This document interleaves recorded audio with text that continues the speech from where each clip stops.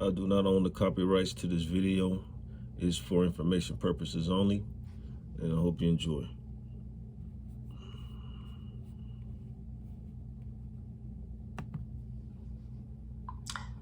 Thank you very much, Chris, for the opportunity to present this, and I'm really enjoying the discussion so far. With thousands of people dying globally every day from coronavirus and thousands more condemned to death by its disruptions, think about how much in life we could save by adopting testing methods for vaccines that are accelerated. Suppose we could shorten time to roll out by 1 day or by several months. Here's the conventional way to test the efficacy of vaccines, the slowest part of vaccine testing.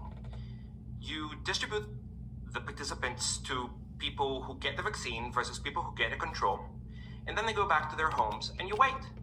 You wait until there are enough exposures out there to the virus to start seeing differences, meaningful differences between these two groups, which might allow you to conclude that the vaccine is much more helpful for preventing infections than the control. But my colleagues, Mark Lipsitch, Peter Smith, and myself have proposed what would be potentially a faster method and one that is more immune to the worry that arose recently in a conventional vaccine trial, that the hotspot will move away before you even reach a statistically meaningful result. Here's what we propose. It's called a challenge trial. And indeed, as Chris said, what happens after you distribute the vaccine to some people and the control, say the placebo, to others, is you deliberately infect everybody or deliberately expose everybody to the virus. Soon thereafter, you will see results and be able to tell whether the vaccine gives you greater protection than the control in terms of, say, infection rates. You're asking yourselves, what's going on here? This is very risky. Surely I'm a bioethicist. Aren't I concerned people wouldn't die or get very sick in this trial? Well, how can we justify such a thing? I think that there is a way to justify it ethically, because there is a way, among other things, to make the level of risk one that we should agree is tolerable. There will be risks, but they will remain tolerable. What is tolerable risk? Why should there ever be risk in medical practice, medical research? Well, we do tolerate risks in some contexts. Think of kidney donation. Everybody agrees that live kidney donation for the purpose of sustaining the transplantation system is a good thing, although it gains nothing medically for the donor, and there are some risks. The risks are that there is, in a word, a death in 1 in 3,000 cases of donation. Let's talk about the risk in challenge trials for coronavirus vaccines if they are done in the best possible way.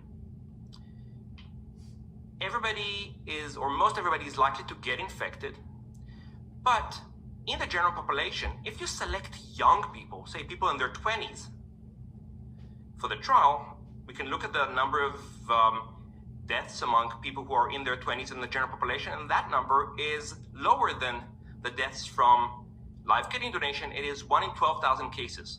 So by simply focusing on that age group alone in the challenge trial, you're already getting to a tolerable risk level if kidney donation is tolerable, which surely it is.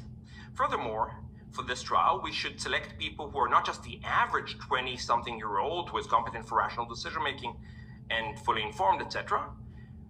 Also, you should probably, to minimize the risk further, exclude people who have the preconditions that incline people to have severe COVID outcomes, such as death.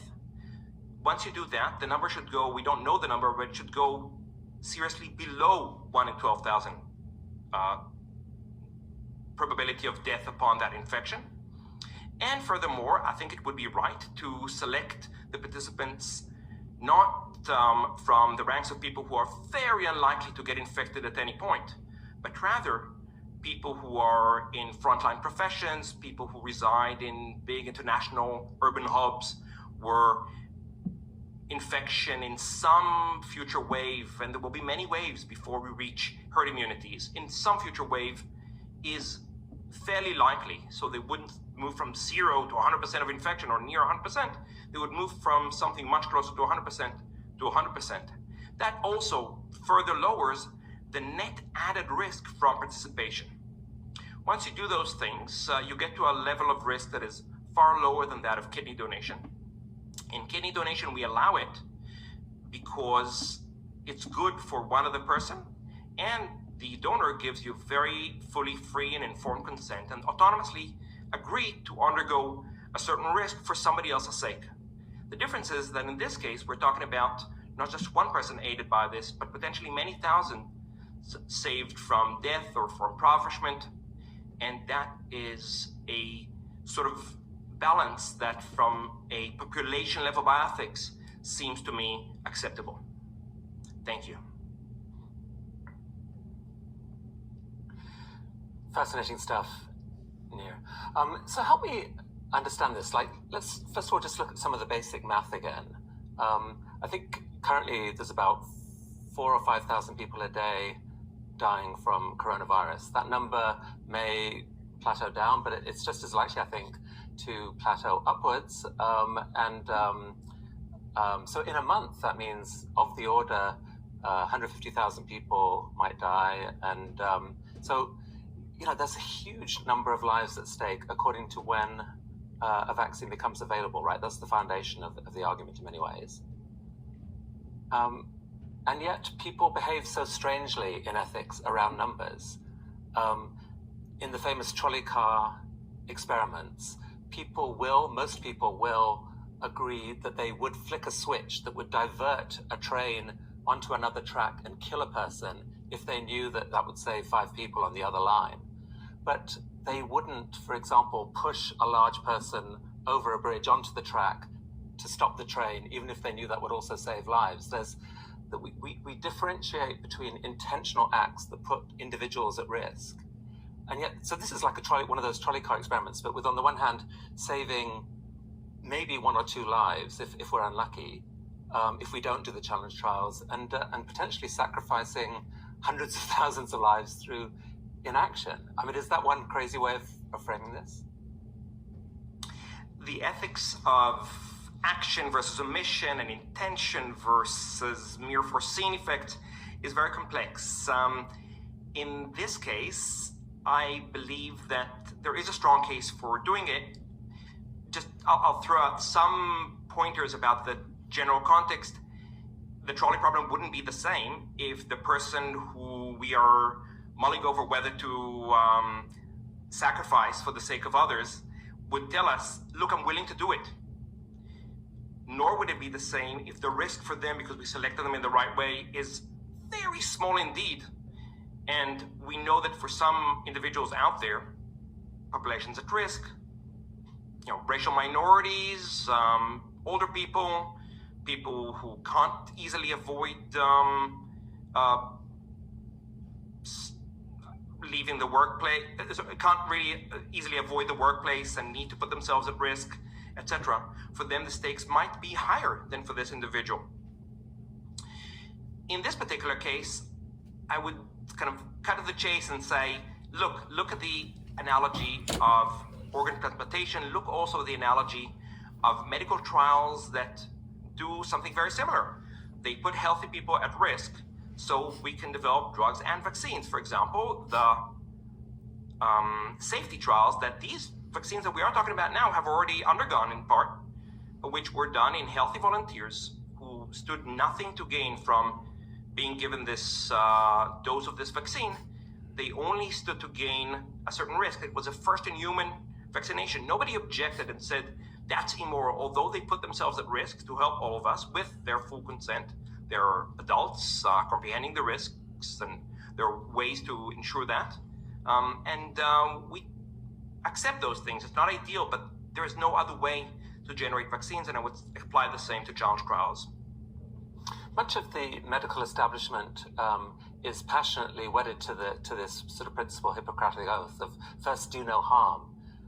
How would you describe the ethics of that oath at a time of global emergency? Again, a complex issue. I want to stress two things. First, that the number of people, the dramatic number of people who could be aided by a faster method of testing vaccines matters. And second, that it's not the only argument we mobilize.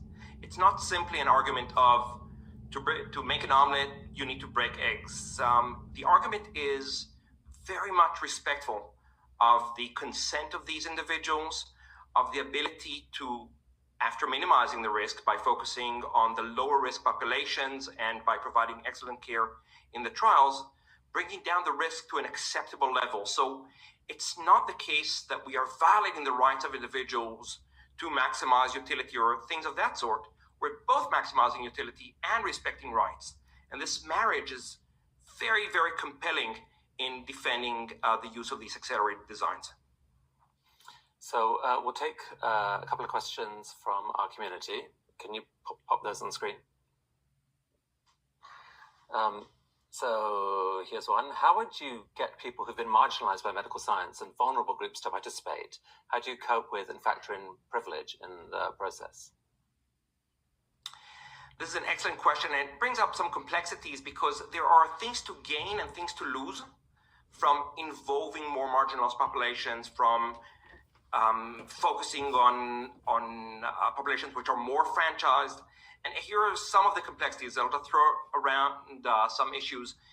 You want to have study participants who are very likely to comprehend the risks very fully. That goes nicely with highly educated participants. You don't want to exploit people who are participating only because they think that they would get money out of it. My own preference would be not to pay in this trial, but there are other people who think that we should pay, who don't have any alternatives for their care.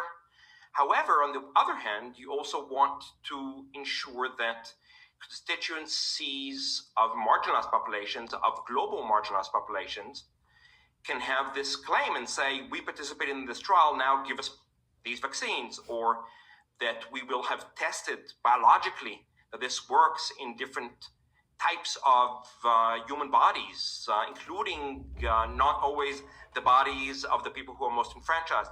So it's a complex balance. Sometimes there is correlation. I mentioned earlier, I think it would be better to test the vaccine in people who otherwise are likely to get infected. Unfortunately, in our very unjust world, that often correlates with prior disadvantage. So is that exploitative, not exploitative? The exact balance might be something like try to focus on people who otherwise would probably get infected but are not the most marginalized, while guarding and ensuring the quality of informed consent. It's complex, but these are exactly the kinds of thoughts that we should be having right now. And one more question.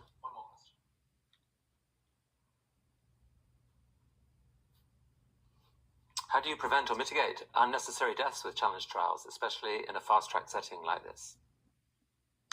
So first, it's about the selection criteria. You want to focus on people who are young and otherwise free from risk factors, hypertension, obesity, etc., that tend to correlate with bad outcomes from the disease. There is no guarantee that nobody will develop severe COVID, that nobody will die, but you can really decrease dramatically the chances that this will happen when you do that. Second, you want in the trial to provide the best medical care available for this disease. By the time this happens, there might be novel therapeutics, they might be scarce. First access to this, I think, in all decency, should be in the trials, so that we know that in return for this person volunteering to get the trolley, or it's actually much less dramatic than that, get the risk of being hit by a trolley, and it's a small risk, I argued, we ensure that we treat them the best way we can. And that's not just, I would propose, knighting them, decorating them, but also giving them the best possible care and engaging them in discussions. They are agents, they're not guinea pigs. Engaging them in the planning of what will happen in these trials. The nonprofit One Day Sooner has, I think, already recruited, tens of thousands of volunteers willing to participate. How should society regard this? I mean, at the moment, the conversation seems... All right. Here's my concern with this, right? And I'm going to try to make this short. But here's my concern with this. They didn't isolate the COVID vaccination trials. They injected these people with COVID and they allowed these people back out into society, which in regards got other people with no regards, with no regards to what it's going to do to the remaining public. You have a lot of elders, you have some people that's just sickly, you have children with weak immune systems. So in my opinion, they disregard any of that. So the video is very informational. You know, I just wanted to put it out there because it's one of these type of videos that I took it that they just didn't have no regard for human life. You know what I'm saying? I understand the process of